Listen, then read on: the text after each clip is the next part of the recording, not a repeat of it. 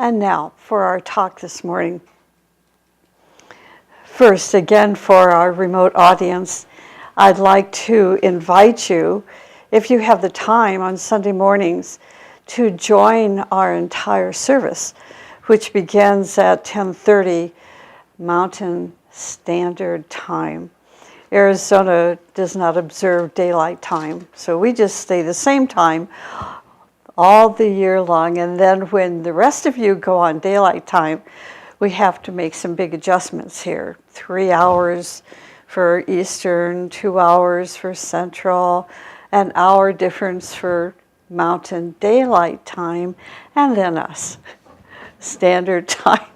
Anyway, just know that you're most welcome to join us. You do have to register for the webinar, which means going to the White Mountain Education Association website. And in the menu, on the left-hand side of the menu, it tells you where you can click, and it takes you to a particular page where you can register for the webinar. And you only need to register one time, and then each week you will be receiving a reminder message telling you what the title of the Sunday talk is going to be. And if you're interested, then we invite you to join us. So in addition to what you hear on today's YouTube video, if you attend the Sunday service remotely, you will also be able to participate in our meditations, which are always very beautiful and very lofty. So this morning, I'm going to wrap up this month's talk about ashrams. Last week, we defined what an ashram is, but today, I'm going to take us further into the esoteric or deeper side of ashrams by talking about higher ashrams. This is interesting. I was thinking as I was driving over here today, if I were new and this subject was being introduced to me for the first time, because in our heart, we're going to know the reality about this mystery which comes from the Ageless Wisdom teaching on the whole subject of ashrams, from the physical ashram to higher ashrams. There'll be something in our heart that will tell us, wow, I've known about this, maybe not intellectually, but I've known about this for a long, long time, many lifetimes, and now I'm hearing about it, perhaps for the first time. Or if you know about ashrams, but you haven't visited one, maybe now you will. Sometimes our ears need to hear things physically to affirm, what our heart knows. So let me start with this, that the esoteric definition of what an ashram is, which is actually for me very simple to understand. And that is to recognize that an ashram is a sphere of consciousness. So that's something to really think about, and I will be developing this idea throughout the talk this morning. An ashram is a sphere of consciousness. Another way to think about it is that it is a field of consciousness. So an ashram is understood as a sphere of consciousness and also as a field of consciousness. For me, this is the best definition, for it opens my mind in such a way that no fences can stand in my way of understanding. And those fences are usually created by our intellect. Our intellect will say, but, or how, or So if we just think that an ashram is a sphere of consciousness, then you see, to me, there are no fences. There are no limitations, in other words, except our own consciousness. And that's what we're responsible for. We sometimes have difficulties thinking if there is no specific location to an object, then how can it be? But an ashram can be in many places at the same time. It can be in many places at the same time without being in any specific location. See, now let me go back a minute to saying an ashram is a sphere of consciousness. Again, I'm going to develop this in a few minutes so you can have a better understanding of even of that term. But it helps us to understand, all right, if an ashram is a sphere of consciousness or a field of consciousness, then, of course, it can be in many places at the same time. It's just like our thoughts. If you are a parent, you may be here sitting in the chair, but your thoughts may be over in Iowa or Florida thinking about your child, or Minnesota or California or wherever your children may be. So you can have a thought that you're right here, and you can have a thought that you're in Florida, or maybe you have a wish to go to Geneva, Switzerland this weekend. So now you have a thought here and over there and over there. It is a sphere of consciousness in which people are tuned in with one another. And it can be totally without inhabitants. So now the mystery increases. So here we go. Let us say that the persons all have the same frequency, and together they're going to build this sphere of light in space. So now we're going to take our thoughts away from our child that lives in Florida or in Iowa, or our desire to go to Geneva. And now we can move that thought into a higher realm or a higher sphere with a number of our co-workers and begin to build this sphere of light in space. Okay? Are you with me? Okay.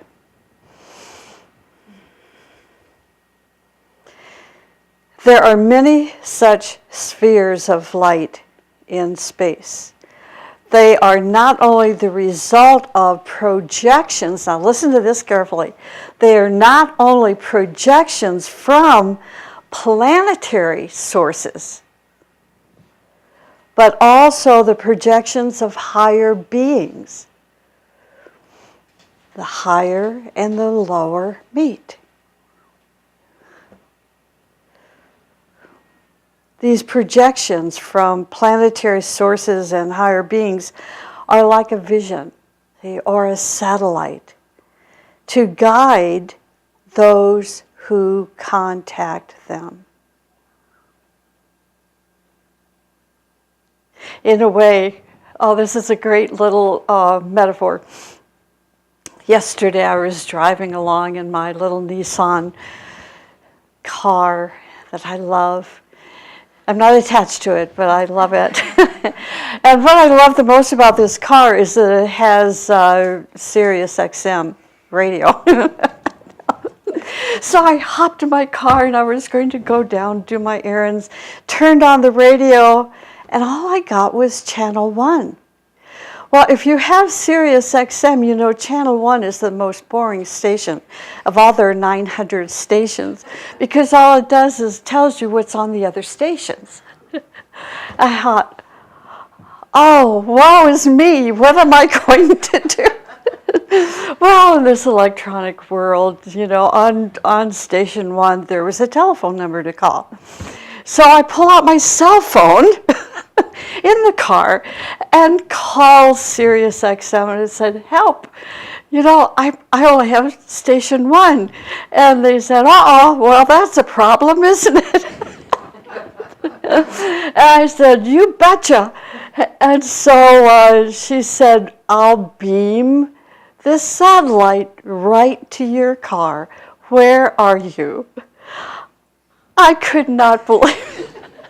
I thought, for a little Iowa-born girl, this is a very new world.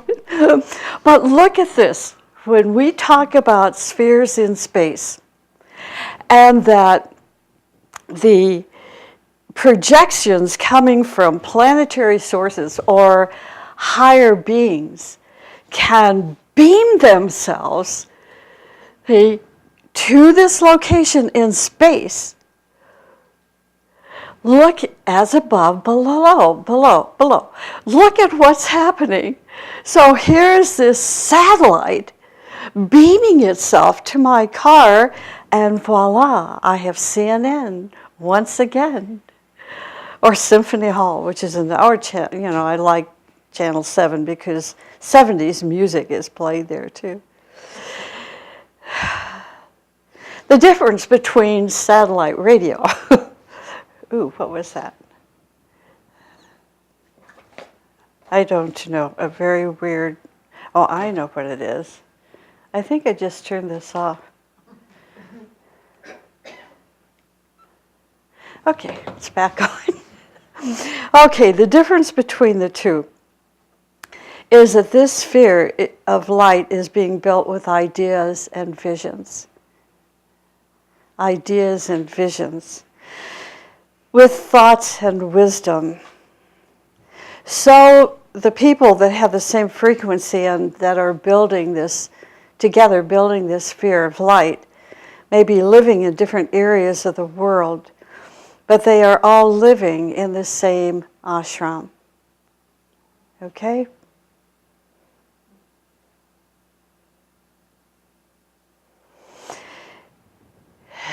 You may say, but how can they be living in that way? It's because their consciousness lives there.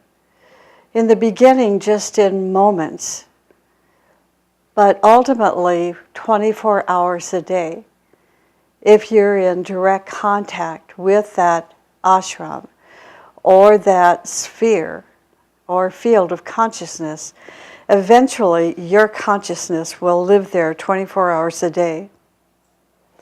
The sphere of light or ashram with which you are connected is like a major radio station to which many, many radios are tuned.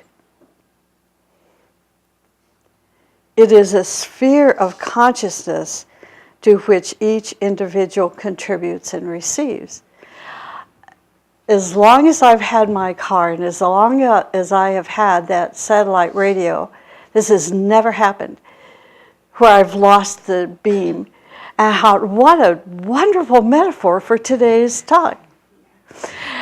When you lose that direct contact or beam of light with that satellite, it means your consciousness is tuned somewhere else. If we are in tune with that sphere of light, it means that we are connected and building. We're connected with the visions, connected with the ideas, and also building with one another and increasing the light of that sphere. But if our consciousness slips and we move outside of that field of contact, then that beam withdraws itself and we no longer are able to tune in to the radio, like what happened to me yesterday. Okay, so now let me talk about subjective ashrams, or higher ashrams. There are very important ashrams at present, such as the ashram of the Buddha, the Lord Buddha, which is a very high-level ashram, and it is located in the other worlds. Lord Buddha has many very advanced disciples in his ashram who visit after going to sleep, or who consciously visit, or who visit after they die. The ashram of wisdom, it is called, is spread in many locations, but it is very difficult to gain entrance into this ashram. And this is why. It's because you must have a consciousness of a frequency that is beyond the Buddhic plane, beyond the plane of intuition, in other words. It is in the very highest ethers. Buddhist activities in many places on the planet are outposts of this ashram. How can we explain an outpost? I don't know if this is really a good explanation, but I was thinking, because I'm a musician, at heart, and for many, many years, I was a professional violinist. And we played the music of the masters, all the time. Master composers who are no longer alive, and yet we're still playing their music today. This master composer has a consciousness in space. It is part of a sphere of light.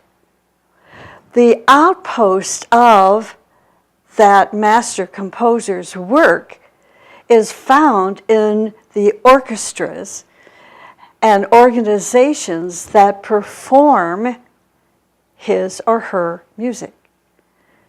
See how that works? So that would be an outpost, just the way this ashram of wisdom is spread in many locations due to the outposts here on the planet. These outposts are bringing in great wisdom and light to the world according to their ability. They may not be completely pure, but as much as possible, they are bringing from the ashram of wisdom different streams of energy, holding meetings and teachings and retreats, even seminars. The ashram of the Lord Buddha is operating, especially in the Himalayas, the Americas, Europe, and South Africa. But you see, this ashram itself, this ashram of wisdom, is located in the higher worlds, in the higher ethers. And its outposts are here on the physical plane. Another great ashram is the ashram of Christ.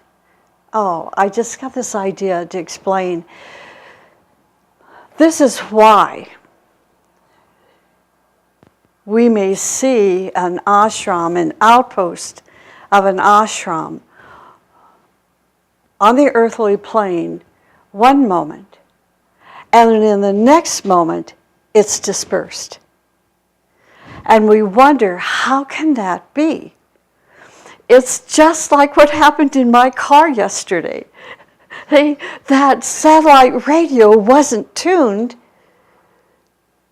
to the satellite in space. It lost its tunation.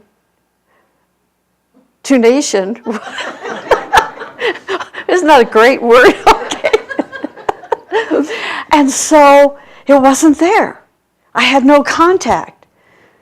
It was CNN and Symphony Hall and the 70s music. No more contact. So this is what happens with an ashram that's an outpost. If it loses contact as a result of wrong activities, the beam is removed. Okay, is that clear? Okay. Another great ashram is the Ashram of Christ, who is totally dedicated to right human relations and goodwill. Those who can penetrate into his ashram are mostly in the intuitional plane. So we know that the ashram of Buddha is in an even higher sphere, beyond the intuitional plane, but the ashram of Christ is mostly in the intuitional plane. Those who are penetrating into this ashram bring in lots of thoughts and ideas related to right human relations all over the world. And they try to eliminate religious and political separatism in all forms, and create harmony and unity between all human beings. This ashram is attended by many thousands of people. Some of the open and free Christian communities, we are told, not the churches, but free Christian communities are under the influence of this ashram. Though there are some churches which are in direct communication, but not many. Another great ashram is the ashram of Master Rakotsi, the Hungarian master. One of his ashrams is related to art.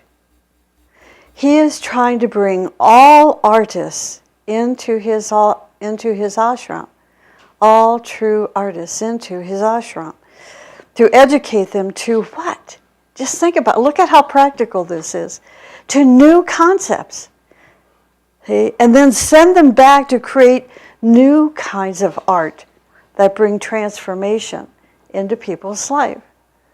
Isn't that, that's very simple. Master Rakotsi's second ashram is the scientific ashram. He works with his initiates and disciples to pave a way between that which is physical and that which is spiritual, so that in a few years' time, science will be able to photograph or record departed souls and what they are doing in the subtle or higher planes. Everything will be recorded about their activities, and we will be able to see them. Now, the Tibetan master said this would be available in the early 1950s, but it became delayed because of world conditions. Know, however, this device already exists in the ashram in the Himalayan mountains. Helena Rourke was shown this device when she visited there. Helena Rourke being the founder of the Agni Yoga Society. This device can hear the voice of Jesus. And if you've not read the book called At the Threshold of the New World, I suggest you get that book. And you can get it. Here's a little advertisement. Because White Mountain published that book, you can buy that book at the White Mountain online bookstore. This is how she was able to hear these voices, was through this particular device. She could hear the voice of Jesus and of Lord Buddha and others. Master Moria advises us not to allow criminal hands to destroy the manuscripts or monuments or even the secrets of the great ones. They have been recorded in the ethers, though. And someday we will be able to hear exactly what is found in these recordings. See, all we have to do is have the right antenna and have that antenna directed to the right satellite. The third ashram of Master Rakotse is supervised and operated by Master Jesus. This is a religious ashram which works to bring religions closer together. 100 years ago, for example, in America, Buddhism and Hinduism were not tolerated. Even 50 years ago, they were not tolerated. This ashram, however, works to transform the minds and consciousness of people so that they can, and they will be really expanded, so they can assimilate and synthesize all of the wisdom. Okay, the fourth ashram of Master Rakotse is the ashram of economy and finance. It is said that in 20 years' time or less, our economic, banking, and financial systems will be unrecognizable. We can already see some of this taking place, moving from hard cash to debit cards to credit cards to just going to your ATM and putting in a number and you get money out. Look at the change. We will eventually come to realize that money is nothing but a symbol of energy. Through these four ashrams, Master Rakotse is working to fulfill the plan of the Christ. Master Rakotse works on the higher astral and mental planes. So you see how the higher astral and mental planes, the intuitional or Buddhic planes, and the higher ethers, which would be the atmic plane, are all functioning with spheres of greater light. And all we need is to have the right antenna pointed to the right ashram or the right sphere of contact to become part of or a member of that ashram. In higher levels, other great ones are working in different ashrams to establish ideas and plans on higher levels, which will eventually work their way down to the lower levels so that eventually the vision of the hierarchy will be brought to earth. This is why Christ taught us to pray, "The kingdom come, thy will be done on earth as it is in heaven." So that the heavenly kingdom will be the kingdom of earth.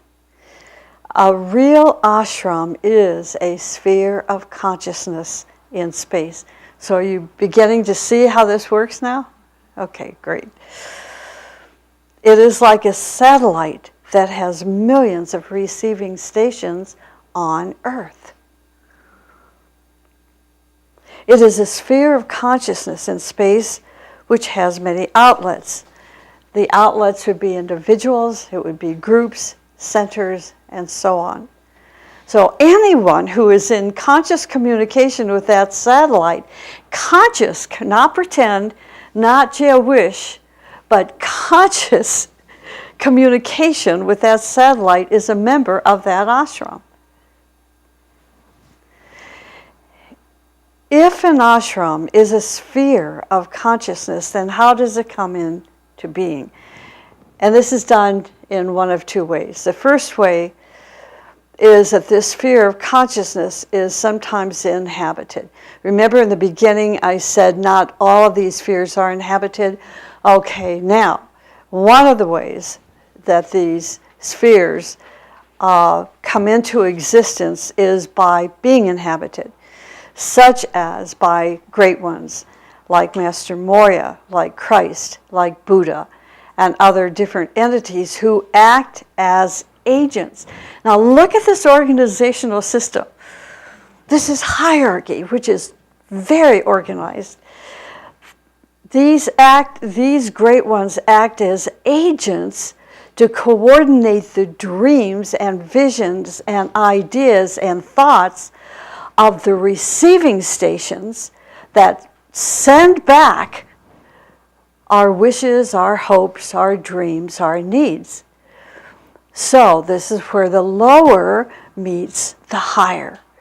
And the higher then coordinates everything into a symphony which is beautiful music, so that it all eventually manifests on earth. Whoever can extend his antennae through creative meditation. Now, I don't have time to talk about creative meditation this morning, but it is a very scientific meditation. There are rules and regulations to follow, to guide us into this right creative meditation. It's not imagination, it's not relaxation. It is a tension-filled kind of meditation called creative meditation, which eventually builds a communication line between the ashram and your brain. Then you become an outpost, or a group would become an outpost or a fountain of all the beauty found in the ashram. So when you think about this beautiful fountain in our meditation garden, don't just see this cement fountain. Look at the symbolism of what it means, and look at what this meditation memorial garden means. The higher understanding of it. This is why meditation is so heavily emphasized. It is makes a beautiful, healthy life for all of us.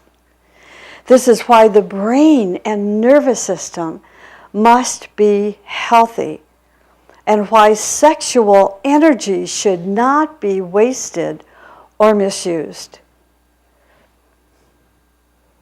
When a person contacts this high voltage sphere, his fuses may be burned if he is not wired properly. There are many who have tried to contact ashramic spheres of energy who have gone crazy. Either partially crazy, a little crazy, or full-blown crazy. And I've been exposed to all of them, so I know the validity, or the truth of this teaching. It's very true, very real.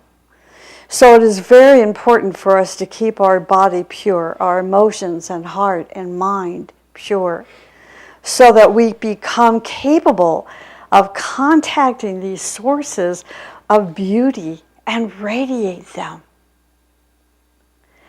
The ashram, the sphere of consciousness, is, in other words, like this great symphony which coordinates and aligns. It coordinates and aligns the harmonies, which are the ideas and concepts and dreams that are ensouled by a great entity who acts like a transmitter between the very highest ashram and the lowest ashram. So let us say there are two ashrams, ashram A and ashram B, okay? A and B, or A and B. There is someone in ashram A who acts as a bridge between the two. Acts as a bridge between ashram A and ashram B. A person who vibrates at such a level that he or she is very magnetic. He is a great master, or she is a great master, who brings in a greater voltage of energy into the ashram so that it is always kept alive. And this is why every single ashramic outpost must have a leader whose antennae is in direct contact and receives energy from that sphere of light to keep the ashram, the outpost, vitalized. To keep it vibrating and radioactive with life and enthusiasm so that it produces life more abundantly.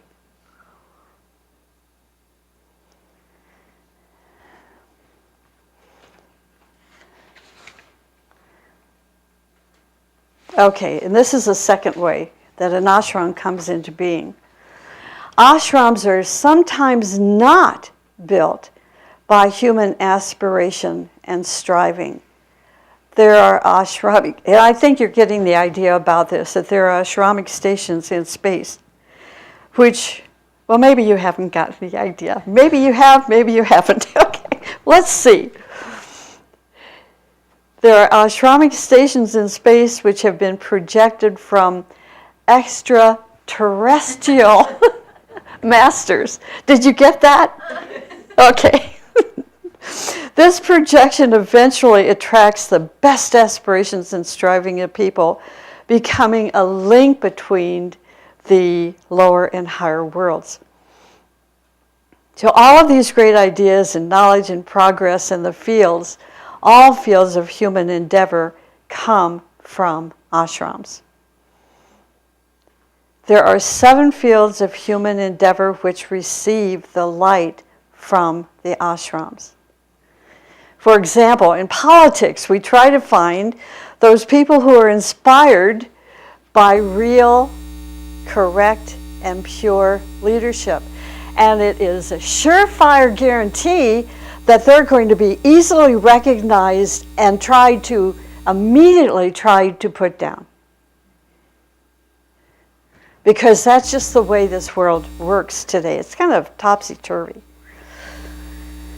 So it is difficult to find them.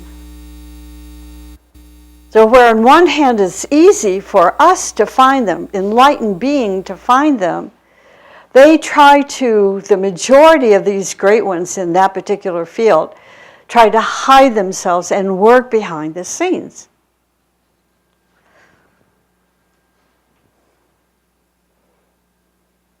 So from this striving, a few scattered individuals come into contact with the first ray ashram. And they are inspired with the idea that thy will be done.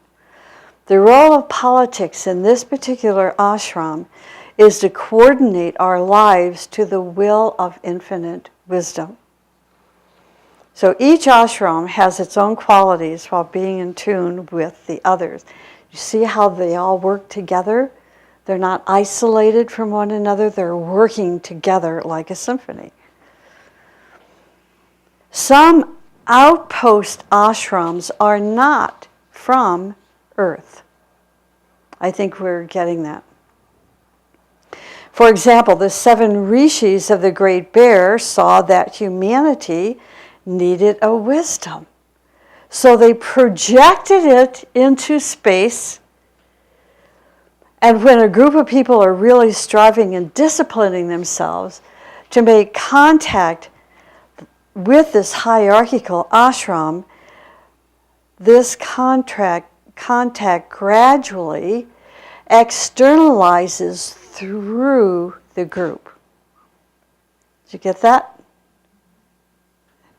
Yes? Okay. There are lots of transformers and transmitters as well as barriers, obstacles, and hindrances which must be clean. As a person's light increases, his enemies increase. But the light is your protection. Thus, the more valuable you are, the more enemies you have. Enemies do not waste their time on unawakened ones. Isn't that interesting? They look for an initiate to find out what he is doing.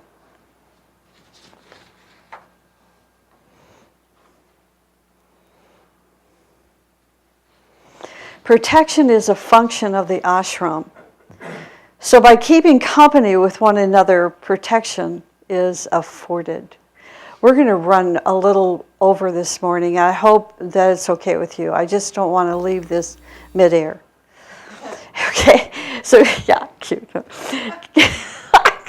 Midair, right, okay.